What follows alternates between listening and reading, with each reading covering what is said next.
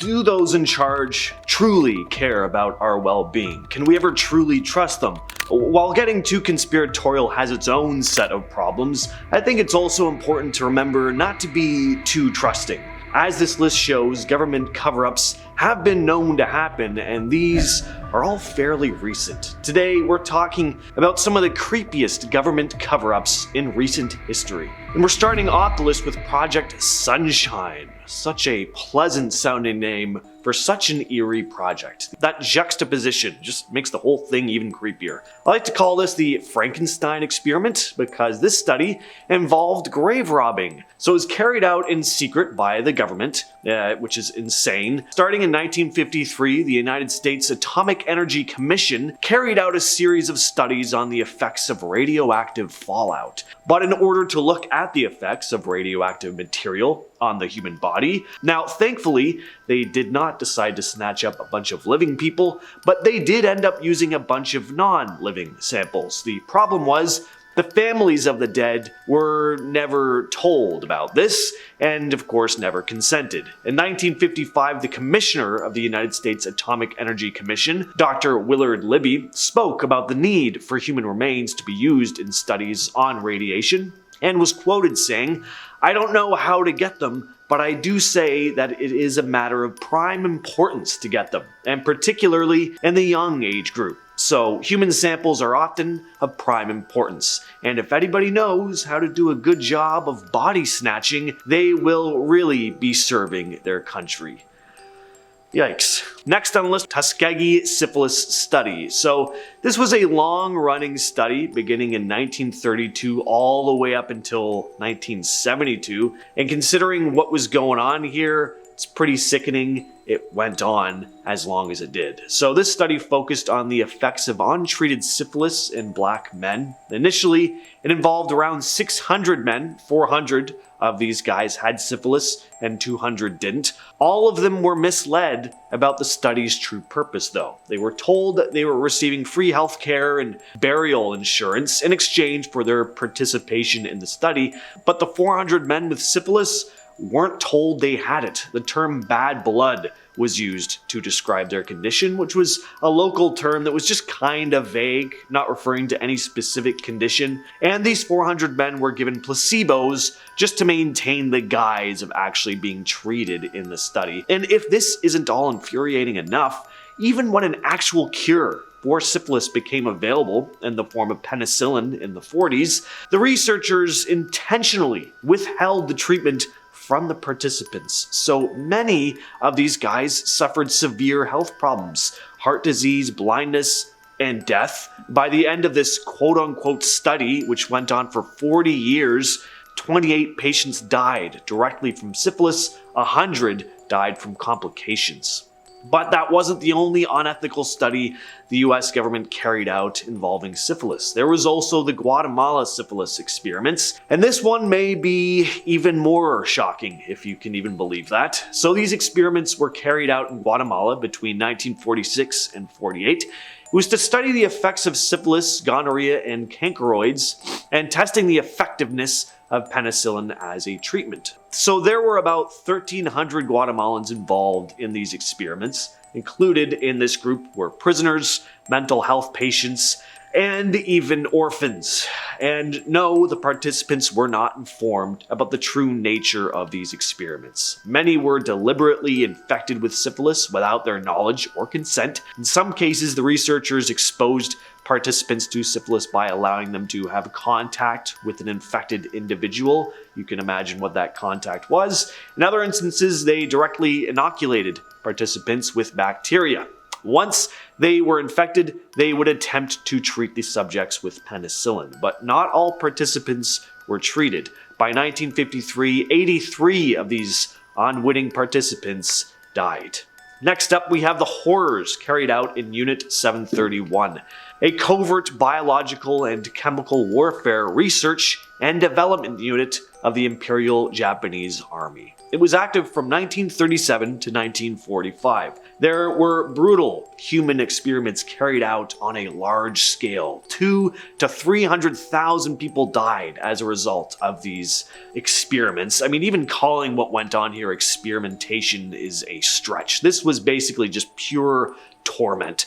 Unit 731's goal was to develop biological and chemical weapons, and they were testing the effects of various pathogens and toxins on the human body. So they tested this stuff mostly on Chinese prisoners of war. Inhumane, but not all that surprising. What is more surprising, though, is that even civilians were used as fodder. These experiments involved exposing people to deadly diseases like the bubonic plague and anthrax. Victims were also dissected while awake. There were frostbite studies where victims were forced to stand out in the freezing cold until they got frostbite. It was just complete and utter madness, and what went on here didn't become known until after World War II. And here's another super messed up thing. In exchange for their research data, a lot of the researchers of Unit 731 were pardoned for their war crimes by the United States as part of a secret deal. Ever have that feeling like Big Brother is watching you? Well, with the internet, I think people are more paranoid about this than ever, but Operation Chaos has become one of the most infamous cases of government overreach when it comes to surveillance. So this was a covert program carried out by the CIA to monitor and gather intelligence on domestic descendant groups who were opposed to the Vietnam War. This was not a popular war, and the US government was concerned that there were foreign influences fueling the anti-war movement at the time. The CIA set out to collect information on anti-war activists, student groups, and anyone else really that they believed might have had connections to foreign governments or were influenced by communist ideology. The CIA conducted surveillance, they gathered intelligence, and they compiled dossiers on thousands of US citizens. They were secretly monitoring people's activities, collecting information on their personal lives. Undercover agents would also infiltrate anti-war groups to gather info from within the organizations they were monitoring. Now, whatever your political views are, this whole thing was clearly a violation of people's privacy. Very un-American, at least in the rose-tinted glasses ideal of what America was supposed to be. Now, there's a lot of United States on this list, but Canada, we're not innocent either. There's been some incredibly dark stuff that's gone on here, mostly relating to the Indigenous population.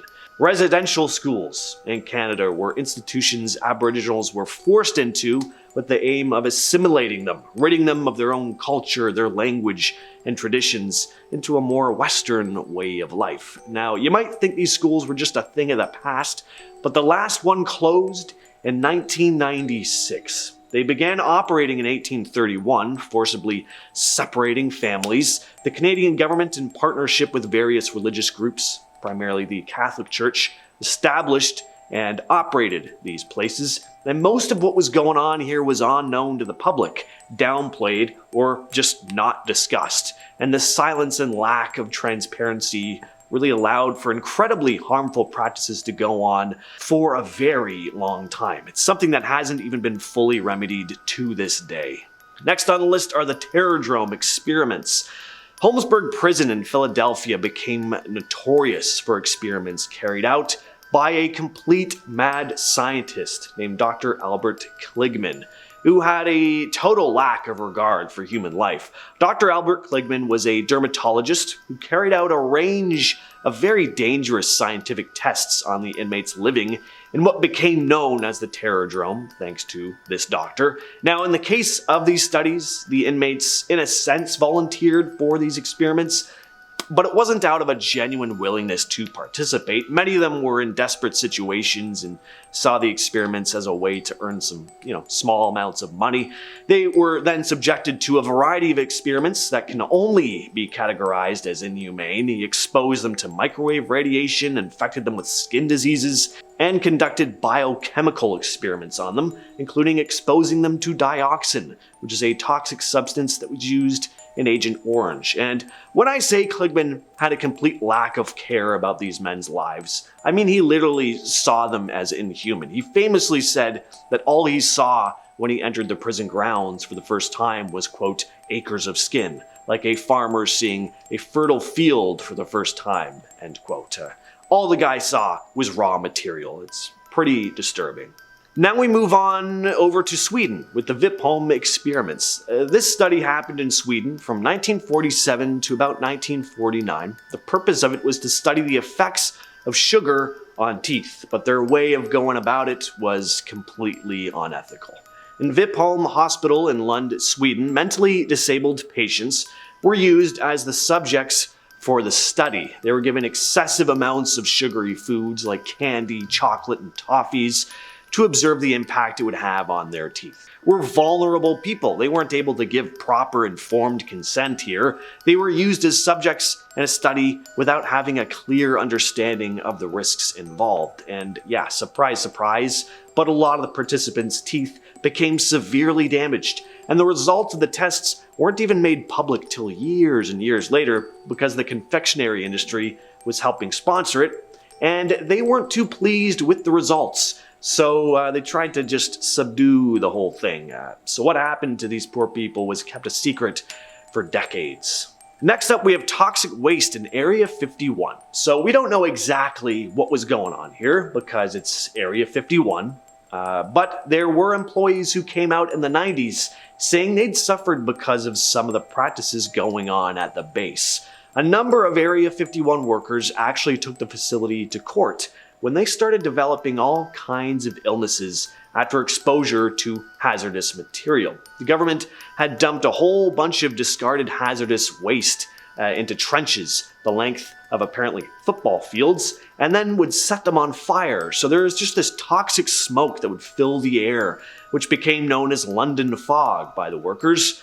After long exposure to this stuff, many staff began developing serious illnesses later on in life, like horrible skin rashes, which they referred to as fish scales. They were like kind of hard membranes that would form in the arms, the hands, the legs, and their feet, and sometimes they would just use sandpaper to remove it. And many would also develop cancer and other respiratory illnesses. And because the workers weren't allowed to disclose anything about what was going on at the base, they had a very difficult time receiving proper medical care. But the big question is here, like, what was in that toxic waste? And finally, we have the infamous MKUltra. This sounds like something from a conspiracy thriller, if that's even a real genre. I think you know what I mean, though. But this was really a thing that happened. MKUltra was a secretive program carried out by the CIA in the 50s and 60s. And the goal was to explore mind control techniques and methods of altering human behavior. But a whole long list of messed up experiments were used. There was a big focus on illicit substances, mainly LSD, to study their potential for mind control and use in interrogations. Basically, they were trying to find substances that could manipulate a person's thoughts, emotions, and actions. They'd also employ psychological torment, like sensory deprivation and isolation. Some subjects were even the victims of SA. Most of these test subjects had no idea what they were actually in for. Some didn't even know they were part of experiments at all.